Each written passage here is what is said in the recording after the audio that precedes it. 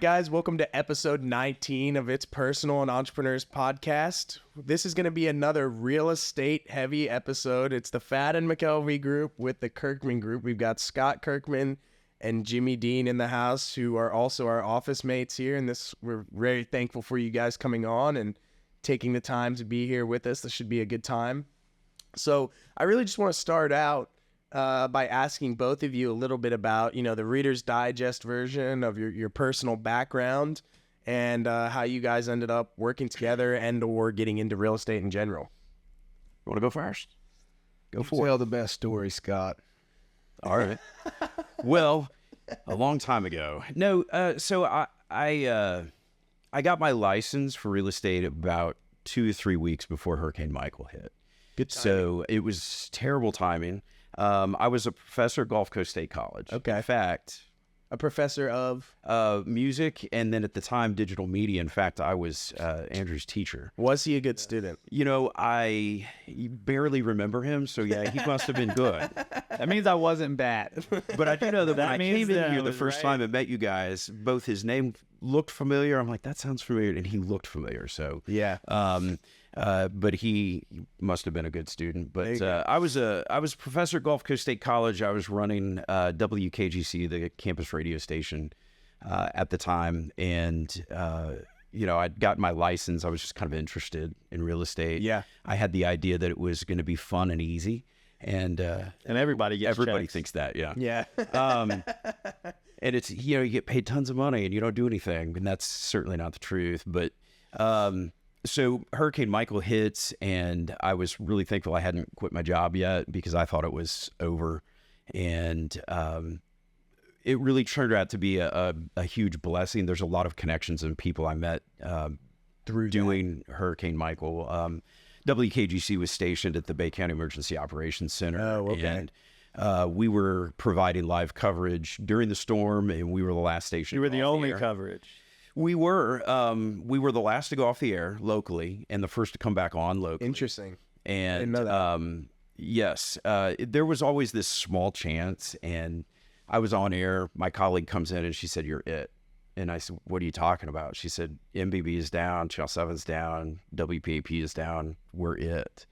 And so we were on for another hour or so after everybody else. Our generator did not kick on. The transfer switch didn't work. Otherwise, we would never have gone off the air. Gotcha. So WKGC is a public radio station, and so we made the decision to not be media. We really said we're going to be emergency services. So we're getting information from the county, and we're saying, giving it. yeah, and our words to them were, listen, if you want it on the air, we put it on the air. If you don't want it on the air, we don't say it. I've been in hurricanes before when I lived in South Florida, and you get, some of the media carries, Sensationalize. they do, or they'll tell people that there's gas here and there's not anything there. And so to me, it was important that we provide something accurate. Yeah, So, that makes sense. through that, I met a lot of really great people. Obviously, the beach was good still, thankfully, after Hurricane Michael. So I started doing some more work, and then I fell into working with investors on damaged homes, which also turned out to be huge, figuring out aftermarket or after remodel value, ARV, on a home and helping investors, buy those. And that helped me get out of my full-time job to do real estate full-time. And then I met Jimmy. I didn't like him when I first met him. He knows this. Yeah. But I want to hear more about that. well, he dressed like an insurance salesman the first time. We were at a company meeting, and he's dressed nicer than everybody else. He's got a nice tie and a pink shirt, gray slacks. I'll never forget it. And a group of us were having a discussion. We were talking after the meeting, and he kind of barges in. He's like, "Hey, I'm Jimmy Dean." I'm like, "Yeah, you are." And then he'd walk into the office, and he's all singing and like, "Who is this guy?" High energy, baby. Wait till he's jaded by the business, and then I don't know. I think I ran into him. I was showing a house, and he was following me with his buyer, and he hadn't shown any houses before, and so I stayed around. That was my last showing, so I stayed around with him. We toured the house and talked to his buyer together, and I realized he's not that bad. So, and it's developed into a great friendship, and got another company together, and proud that he's my partner. Yeah. That's the What's your side of the story, Jimmy? So my side of the story is you dress for the job you want, right? Which is You wanted to be an insurance salesman. I want to be the boss. Rick Ross. No, no, I did show up. You know, I come from ministry. So I traveled, me and my family, for years. My family has over 50 years total of traveling in evangelistic ministry. That's incredible. So I grew up in suits and ties and dress clothes, so it was kind of not abnormal for me. Yeah. But when I showed up in a real estate office and everybody's wearing polos and shorts and flip-flops, I'm like, Bay County is the most lax when it comes. what is this? But, you know, in Pastor their defense, Jimmy, I can help you get your spiritual house correct and the roof over your head. that's right. Great marketing. As for me and my house. But And I'll say this about Jimmy. So like he's a singer, and I lead worship at First United Methodist Church. And this past Sunday was it was kind of sports day. Like, Yeah. we told people wear your jerseys or whatever. And so I invited Jimmy to play with our band, and Jimmy wears a jersey, and then we get ready to go on the platform, and he puts on a jacket. Like, what do you put a jacket on for? But he comes from suits and ties. I felt the need to do it. so a mentor, I I don't know why you gotta make me. I don't know why you gotta make me the weird one, the odd one. You're not necessarily. Anyways, so I was told by a mentor one time that 70% of being a successful agent or successful businessman in any sense is presentation. Yeah. So, you know, dress for the job you want, show yourself well. Yeah. Relating to real estate, when you go to show a house, are you going to just open the doors and say, here it is? Or are you going to show the house? Are you going to tell them the good, the bad, and the ugly? Are you going to highlight the features that are the big selling points? Well, I don't got a whole lot. I'm from Harlan County, Kentucky, so I didn't have a lot to choose from.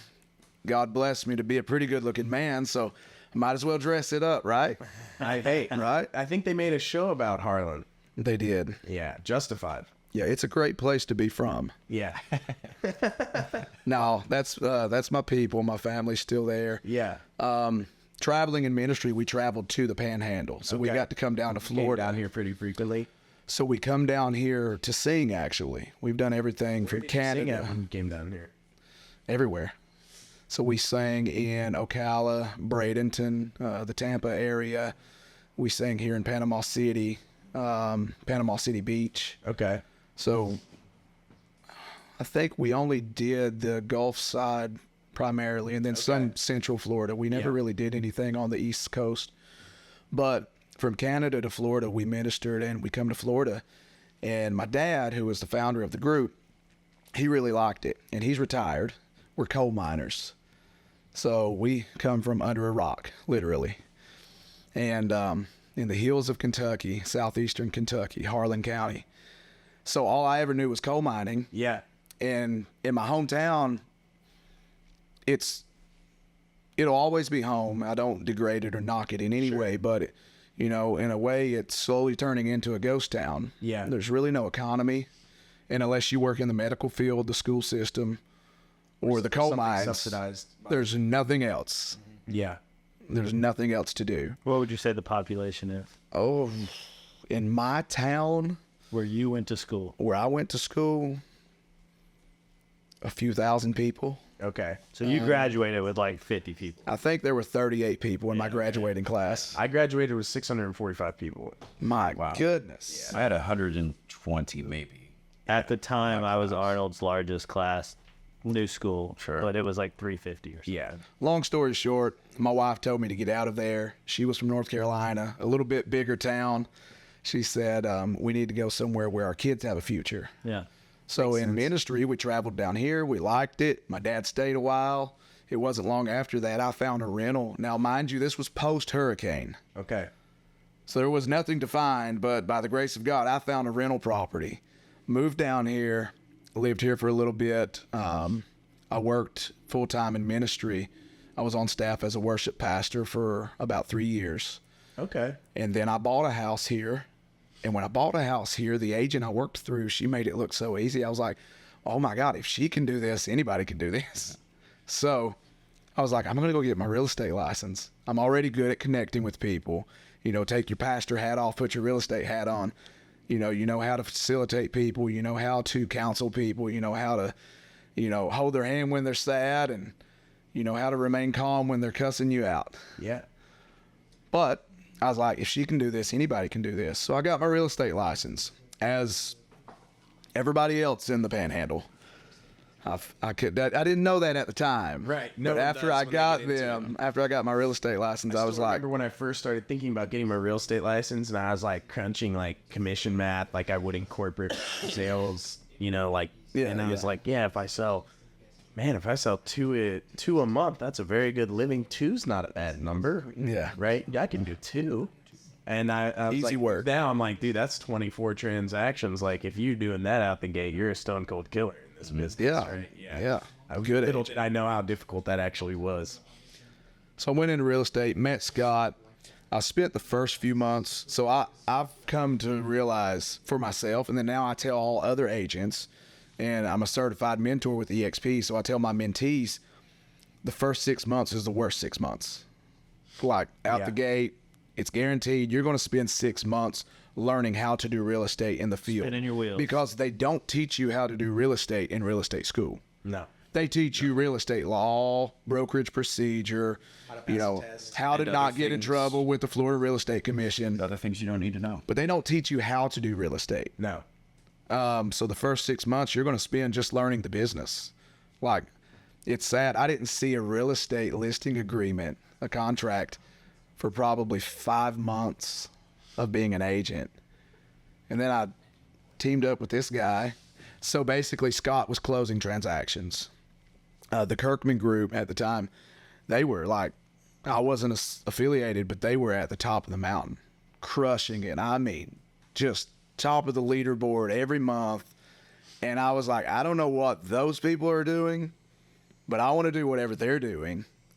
So I got with him. That's when I kind of inserted myself. To go back to his conversation, that's when I inserted myself into the conversation. It was like, hey, I'm Jimmy Dean. And he was like... in a pink shirt. And he was like, okay, what do you want? And I'm like, really? So anyways, it did transcend into a great friendship, a good business relationship. He's my partner in the renovation business. And... so you guys also have your renovation business, which is called Renewed Spaces. And how did that come about?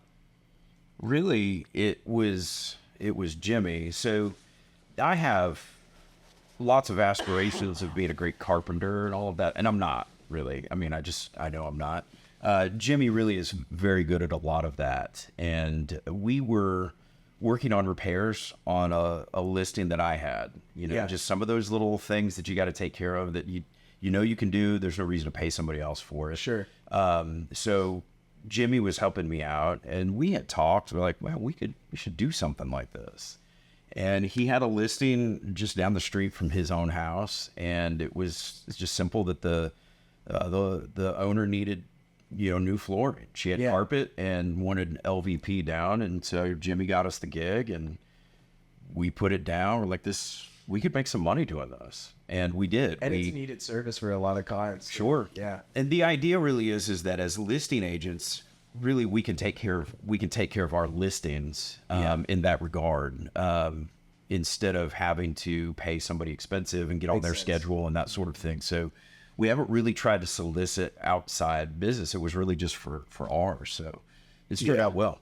I tell people that our renovation services, and it is a service that we as realtors have, because me and Scott always tell people we're realtors first, but we own a renovation company around our real estate business.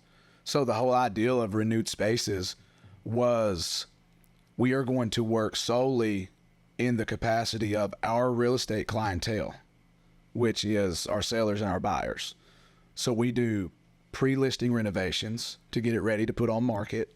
We do post-closing renovations. Say a buyer buys it. Inspection report. We do appraisal and inspection repairs. So we haven't went to get any additional business or marketed ourselves outside of our real estate clientele, and we've stayed busier than we care to be. Yeah, so it's a good niche. The pipeline is already there if you're doing real estate business, and it is a service, and in a lot of ways, like how there's some larger real estate teams and businesses that offer moving services, and it's not that they charge nothing, but they charge something reasonable. Sure. And I think just being able to provide a service that you have control of, without having to rely on a third party vendor, even if you're getting paid for it, has a lot of value. Yeah, it's I've learned a lot, and we bought some hats. That's about the extent of our marketing. Really, we bought some hats, and really that was just for best us. Kind of business, the one that doesn't need a lot of marketing. Yeah, it was just for us, and to be able to give to like some any folks that we have working with us, just to have some identity and give a couple away. So it does build some more. Your timeline to list people's home too, because I mean, just waiting around on someone to get out to even quote something, much less get it on the books to get it done. And they're not urgent the same way you are, because they're going to get that job done when they get it done and get paid for it, but they're not worried about the timeline of someone selling their house. Right. Yeah, most of the time it's the pre-listing things that we cover. Yeah. And being realtors, you guys as well, we know what we're going to see on an inspection report. Yeah. So we already know the things that are going to be notated, what they look for. Before we ever put the property on market, we can tell the seller when they ask, do you know of anything we should do? Is there anything we need to do to help sell the house? Well, yes, we know exactly what you need to do because we're realtors. You need to take care of that wood rot, and it's hard sometimes to find somebody to take care of wood rot because it's a small job. It's not really worth their time. It's worth our time. Yeah, it makes sense. And there's a big gap, I think, between like what a seller or a consumer believes people will care about and wants to address versus what buyers or consumers like actually kind of care about when they come look at something. Right. So to be able to fill that gap is valuable too. Yeah. So let's circle back. Let's go back to real estate. Renovation. How'd we get to interviewing renewed spaces here? You know what? Well, I mean, it's a good business, and it's a tie into what you guys do in real estate to add service ad, right? And that's what makes you guys differentiated. What is it that you would say that you know now about the real estate business that you didn't when you first got into it, that would be like a good piece of advice to say like a newer agent or someone considering getting into real estate, like that one, nugget? I don't know if there's one nugget. It's more probably of a bigger rock than anything, but somebody new in the business, I would tell them, one, it's a small business. Not the real estate industry. Your business is a small business. I know that I didn't realize that going in. It's me either. It's a small. I'm running it. I'm the CEO of a small business, and thus you have to treat it as such. That and being truly committed to doing the very best that you can with every deal. When you get that opportunity, you really gotta like maximize. Yeah. That, and I would say. Learn something from every deal. Every deal is different. Yeah. No deal is cookie cutter. Something's going to go sideways, and it's irritating, it's frustrating. But embrace it, learn from it, and use it next time. What about you, Jimmy? What I would tell a new agent is, it's not wash, rinse, repeat. As he said, everything is new, everything is different. And what I learned, coming in at the most difficult time, what I think is the most difficult time of the real estate industry here in the Panhandle, well, nationally, really, with the recent changes, with the NAR settlement. I come in at the back end of COVID. So COVID was kind of still a thing, but it was kind of vanishing. But we had those great interest rates still when I got licensed. So I did some deals, got some good interest rates for my clients. And then rates started going up. Everybody lost focus of COVID, and it was politics, and mortgage rates started going up. Buyers stopped buying. Everybody's freaking out. Well, we had 3% rates last year. Now we're looking at 5% rates. Right. Like, what people would give for a 5% rate right now? Yeah. Like, that's crazy. And then the old timers are like, oh, I remember when it was 12 and 13%. 12%. And I'm like, well, the truth is, and this is so it's ever changing. That's what I would tell them. Never get content. Never get complacent, because it's always going to change. Yeah, and I agree with that. And I think another thing to stem off of that is when you first get into real estate, go study historically and ask some people that have been in the business for a while what some of those historical trends have looked like and what the causation between some things in economics, between like the Fed and mortgage rates, and understand some basic economic principles. Because if you don't understand that better than the client that you're talking to, it's going to be very obvious, and it's going to be difficult to close people when those things do change. You have to be able to understand it on a minimal level. And I think, though, the main thing, and I'm going to plug this only because I want to make a content piece out of it, but the truth is that it is always going to cost money to borrow money. It's actually banks would have never lended money between 2 and 3% had it not been subsidized by the federal government. And it was subsidized a lot longer than it should have based on historical economic trends and Fed regulatory policy. Probably politically driven, right? But the truth is people just got used to that for a generation. And they would, like I said, the banks would never, ever, ever lend money for 30 years at a time for 2 to 3%. No consumer would either. No one with their own money would ever do that. Mm-hmm. And so now we're feeling the fallout of that. And what people need to realize is the new normal is that it'll probably not be like that for a long, long time, if ever again. 5%, 4.5%, and up to 8% is pretty much what it costs to borrow money. Well, you mentioned a generation, but there was a group of buyers that came in that's all they knew. Like they're entering into the real estate market for a long period of time because the Fed subsidized the housing market for a lot longer than it should have post 2008, 2009. And I would add to that for a new agent, and I was told this, but I was never really given any good reason as to why, but partner up with a good lender. And not just because of doing business, but so that you can call them and pick their brain, find out about, what's this mean for mortgage rates? What's going on? Yeah. So in short, to new agents, be informed. Be as informed as humanly possible with the industry today, with the history, with what's up and coming, with changes that are happening that haven't happened yet, that are possibly going to happen. Yep. So just be informed. That's going to carry your business. Yeah, I agree. And I think something that I wish somebody that kind of goes hand in hand with those two things is I wish that I had sought out someone to help give me some of this information on an accelerated timeline a little bit earlier on. Yeah. I just, coming from like corporate sales and people management, I thought I understood business very well, which I did to a certain degree, but I didn't understand real estate very well. And having somebody who can like fill in that gap in a couple months versus you trying to figure it out over like the course of years is going to be extremely helpful too. So don't be too proud to ask for help, I guess.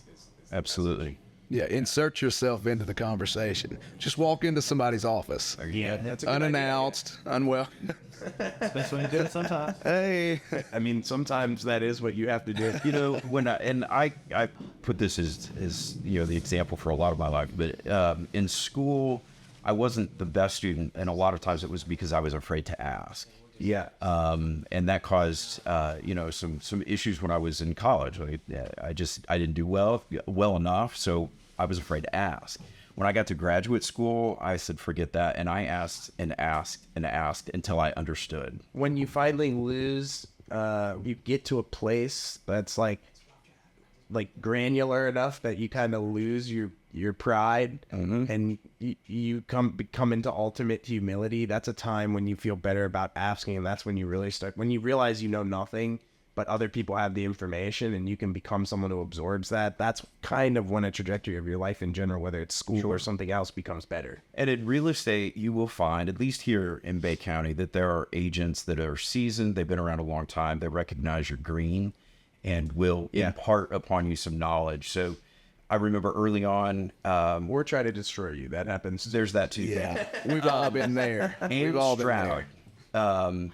Ann Stroud, who's been selling real estate for a long time, but she and I were on the phone for some reason or another, and she just imparted on me some of the basics of real estate and the real estate business that no one had shared with me. You don't find it in a book. And she said, we're all on the same team. We're all trying to do the same thing. we're just wearing different jerseys, but there's enough business to go around. Yeah, it's so true. Yeah, there's a slice of the pie for everyone. Yeah. For the people who are really trying to do it, intentionally and full time and educated, there's definitely enough to go around. I agree with that. And and she shared with me, and I did this with agents in our brokerage, and also just whenever I run across them, like you can tell an agent who's new, and there might be in a little bit over their head. And there's two paths. I mean, you can bury them and just try to be, just be a jerk, and but that's not how it was done to me, at least not a lot. I've experienced some of that. So, I'll work with the agent like, this is your first time, isn't it? All right, so let's try to do this and help them to understand so that they get past that beginning. Yeah, no, I agree completely. Yeah. So, okay, you guys have been in real estate how long now, Scott? So we're coming up on 6 years. 3 years. Okay. So that's what you would tell a new agent. Now that you're a more seasoned agent, what is something that now that is a cornerstone of something you do every day? You have to work hard every day. And I still struggle at some of this, which is, time blocking, making sure that you're making the phone calls, following up consistently with your clients, your active clients. Yep. Just because you have them under contract doesn't mean you just don't talk to them. You can't lose sight of those people you've done deals with already, too. Exactly. Yeah. And, stay in touch with the people that you've done your deals with. And somebody said it this way once: realtors are the only people that wake up every day unemployed.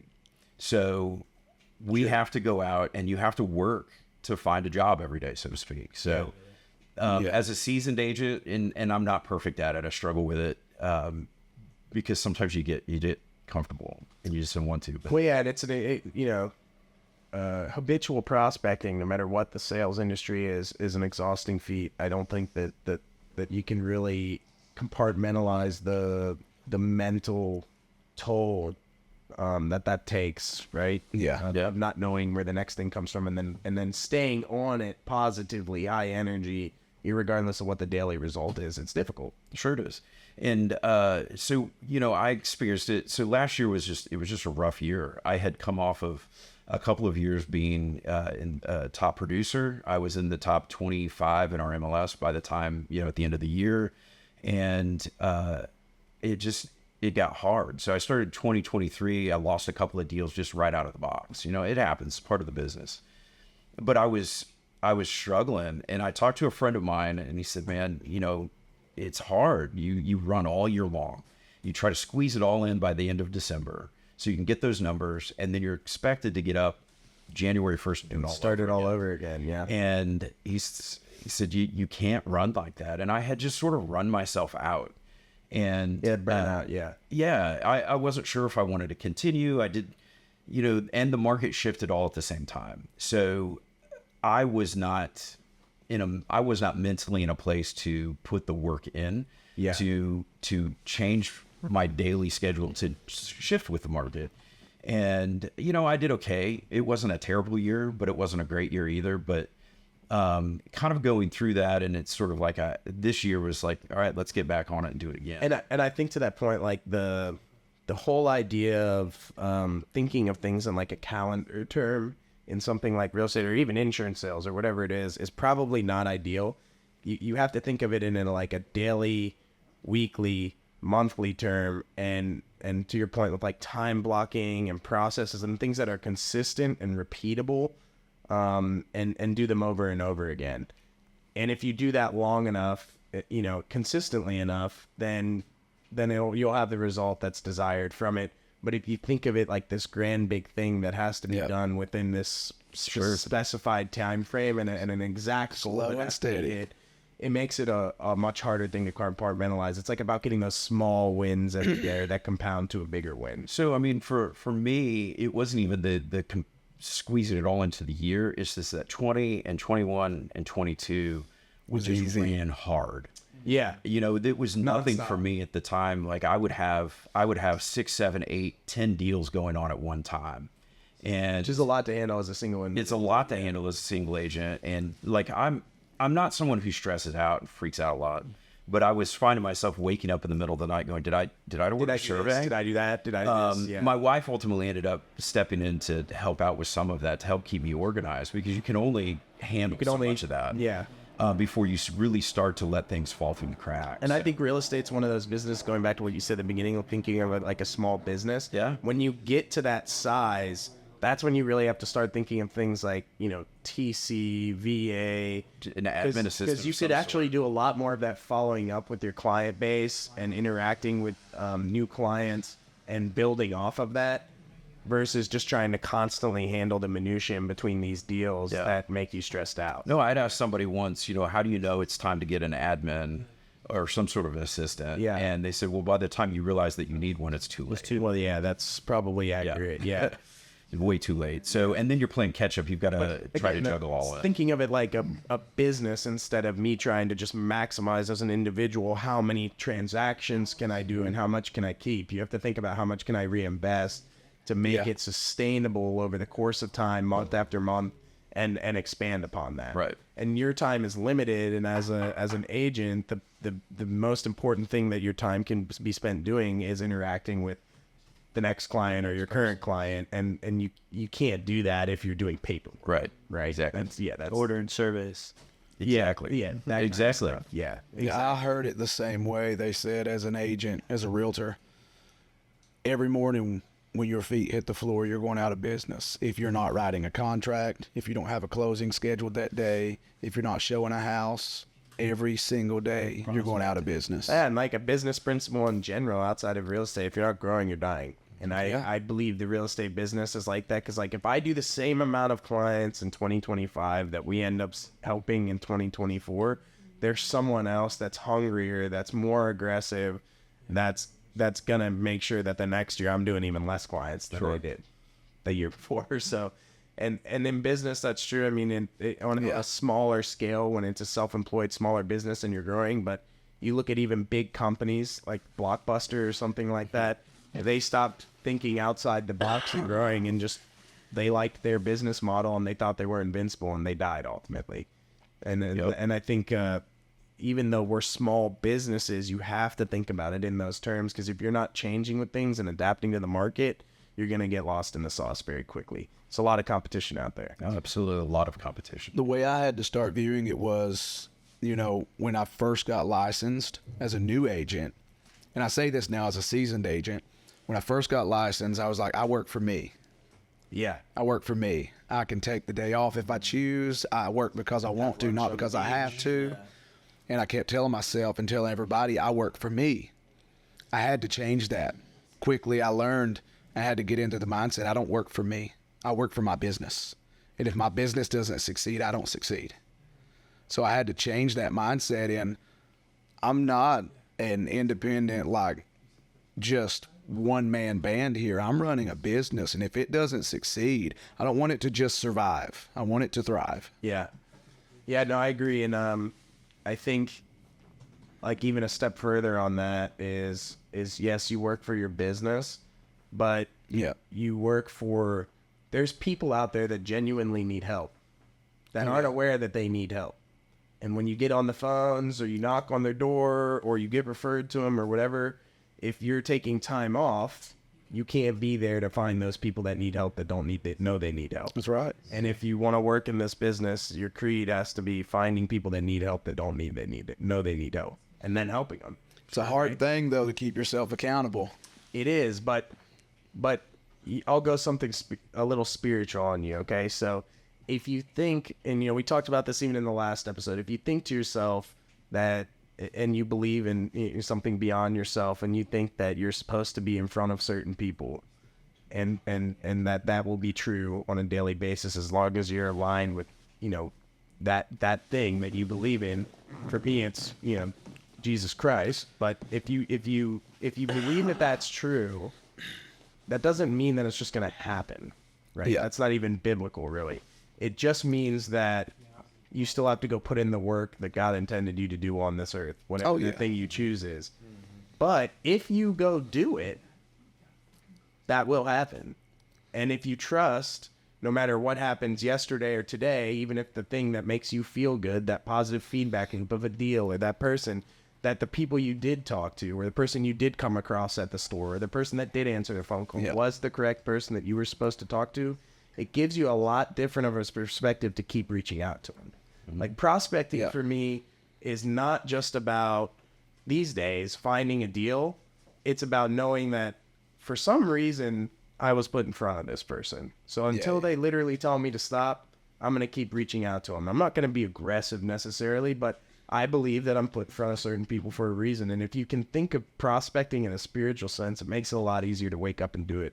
I believe. It does, but you have to, spiritually speaking, listen, you can't say you're going to go spiritual on me because I'll start preaching to you. You will. That's Now, what I like. but the thing is, looking at it not in a fleshly perspective, but in the spiritual perspective, we have to, the Apostle Paul said, I have to crucify my flesh daily. Yep. In business, every day you have to crucify your flesh. You have to discipline yourself. I read a book recently, and one of the statements in it stuck out to me and stuck with me. It said, we must become champions to our own discipline. Champion. Who's the champion? The champion's first place, not second place, not third place. First place is the champion. If you get second place in any contest, it's good. You did all right, but that goes back to surviving and thriving. Yeah. I mean, Second even place is good, but you still didn't win. Somebody did better than you. in Proverbs 12, it says that he who's disciplined will basically be favored, right? Discipline shows up. The word discipline shows up a lot of times throughout the Bible. And and I don't think there's any mistake to that. And prosperity means different things. It doesn't always mean financial. Absolutely. And that's something that we have to remember. But if you want to prosper, whatever that definition that God has for you is, you have to be disciplined in something. You can't go throughout life without discipline. Yourself. Going back to what you were saying about being put in front of people, is I had a lead that came through. It was a Zillow lead. I go meet the guy. He's going to sell his house. Once is interested in selling his house. So the truth is, the story is that they're getting divorced. And so he and I talk about it, and she's got a friend who's a realtor. So I already know that there's a strong likelihood I'm not going to be a part of this deal. But I felt for the guy. You know, he reached out, and so I said, listen, I did a CMA on the house. I said, this is what I think you can sell it for. You know, having somebody that you know as your realtor in this sort of situation is probably not a good idea. A disinterested third party like myself, not trying to sell me, but just a disinterested third party is probably the best way to go. I said, but I understand. I've seen this before, right? But I said, listen, if you have any questions along the way, just reach out to me. It's not going to cost you anything. I'm happy to talk to you.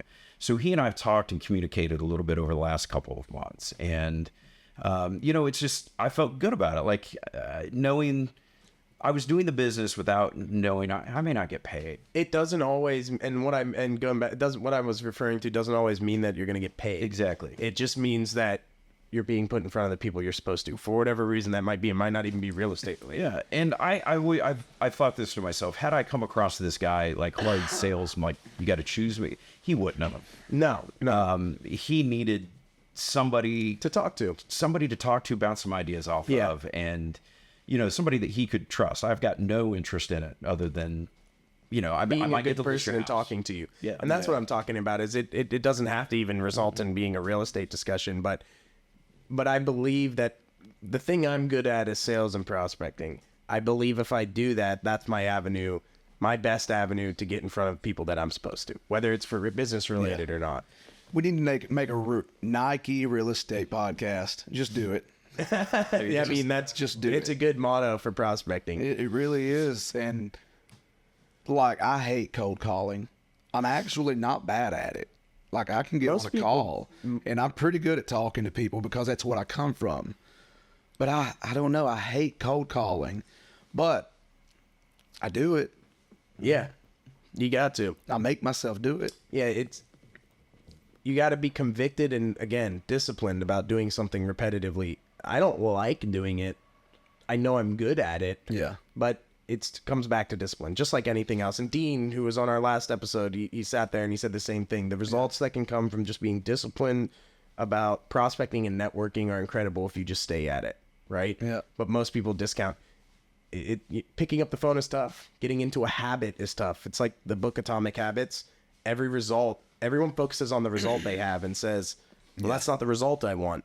But the truth is, results are a lagging measure of habits, whether they be financial or your health and what you feel and look like, your sales results, your business. A result is a lagging measure that occurs after a series of habits have already taken place. Yeah. So you can't get mad at the result. You can only get mad at yourself and your habits. And when you have that realization, life changes, because then you have to start holding yourself accountable to shit. You do have to. And that's a tough realization for people to have. Book of Romans in the Bible, he said, I don't understand. What I want to do, I don't do. But what I hate, that I do. Like, It's true. it does. He says, I don't understand. And as business owners, sometimes I sit in my desk chair and I'm like, I don't understand. I'm good at cold calling. I'm good at prospecting. I'm good at follow up with my clients. And you know if you do it, what it'll get you. But I hate doing it. Yeah. I want to do it, but I don't do it. Got to get convicted about it. I know. I might pray more about it. Yeah, that's a good idea. I'd pray more about prospecting.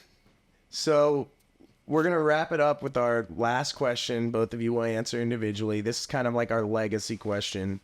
If you had one piece of advice, personal or professional, can be a combination of the two, however you want it to be, just one piece of advice from the start of your life to now that you would want to leave people with on this segment, what would that be? I would say, and this is kind of fresh in my mind because we've been sharing it with my kids as they're getting older. And that is, don't be afraid. So being a small business owner, I was brought up that success is a 40-hour-a-week job with a good retirement. That's a good salary. That's success. You don't jump out and do sales because that's scary. And in reality, I've done better than I would have in a 9-to-5 W-2 job, as they say. And that was stepping away from this idea of being afraid. Jumping into real estate was scary. The first year was incredibly difficult. And my mantra to myself and to everyone around me was, failure is not an option. And you just said, this is what I'm going to do. This is what I'm going to do. I stepped out and it was scary, but I can't imagine going back. Yeah. And going back to like how everyone's definition of success can be different too. Like even in those times when it's really hard and scary and stressful, there may be some times where you can actually spend some time in your life doing some things that you wouldn't have been able to. It is a blessing. So that trade-off is valuable even when it's tough and you're trying to get to where you want to be. Absolutely. And not to let those moments skip by when you're stressed is hard too. But so don't be afraid. Take the step. Yeah, I agree. It's a good one. I would say be careful how you're influenced. Because although you want people, don't be influenced by people who will hold you down and hold you back. Because for years in my life, I had people say, this is as good as it gets. This is what you're going to have to do. You're going to have to graduate high school. This is the job you're going to have to do. You're going to have to get married, have a few kids, buy a house over here in this side of town. Just wash, rinse, repeat. That's as good as it gets. But take the risk. Make the move. Jump. Like that's when I started taking the risk and making the move and taking that leap of faith, I started to see the people that I trusted my entire life, the people that I surrounded myself with and that I associated with, they told me my entire life, this is as good as it gets. Well, they lied to me. I hope they don't watch this podcast. And maybe they didn't know. And, well, you don't know what you don't know. Yeah. But when I got out, when I took the risk, when I made the jump, I seen there's more to life. There's an unending supply. There's an abundance, an exceeding abundance. Like, just keep chasing it. But you have to take the risk. You have to not be scared, like Scott said. Yeah, Make I the agree. move, take the risk. And I think something to compound off of what you just said, because that is profound, is that it's about getting advice. And Jeff Hoffman said this at Level Up one year, and it stuck with me a lot, is getting advice of people of relevance, not proximity. Yeah. That's a good life lesson just for anything. Business, personal, whatever it might be, is to seek relevance and not proximity. Because although in our proximity friends and close family, we have a lot of love for those people, Yeah. their opinion or their worldview might not be relevant to what problem we're trying to solve or where we're trying to go. And that, you know, seeking information of relevance and not proximity has really changed a lot of my comfort with taking risk and doing certain things too. Yeah. What was it? Me and Kurt, actually, I think I mentioned it to you a week or two ago. I was reading and I saw something that said, if all your friends have is weekend plans, you need new friends. Yeah. Yeah. Like surround yourself, build your circle, basically. You know, I love to read. I'm a bookworm. I read another book that said association breeds assimilation. Basically, who and what we associate ourselves with ultimately becomes who and what we are. Yeah. And that is a step that is hard for some people to make because it means cutting some things off. But that if you want to be amateur at something, you can stay stuck around certain things and ideals. Yeah. And if you want to go pro at something, you have to cut off. You have to be decisive about cutting certain things out. That may even be people. Yep. Sometimes. You start hanging around a bunch of pilots, there's a good chance you're going to get your pilot's license. Yeah. Well, I used to tell young good agents, chance. go to the office. Magic happens in the office. And it's not magic. It's nothing exciting. It's just, it's that juice. That juice. Yeah. Which is how we ended up here. So Yeah, absolutely. Well, I appreciate you guys coming on and talking to us and taking the time out of your schedule. Thank you for inviting to be us. on the podcast with us. We have Always happy to be here. a special relationship with you guys working here in the office, and appreciate you guys coming on. Thanks, guys. thank you. Thanks, Andrew. Wrap.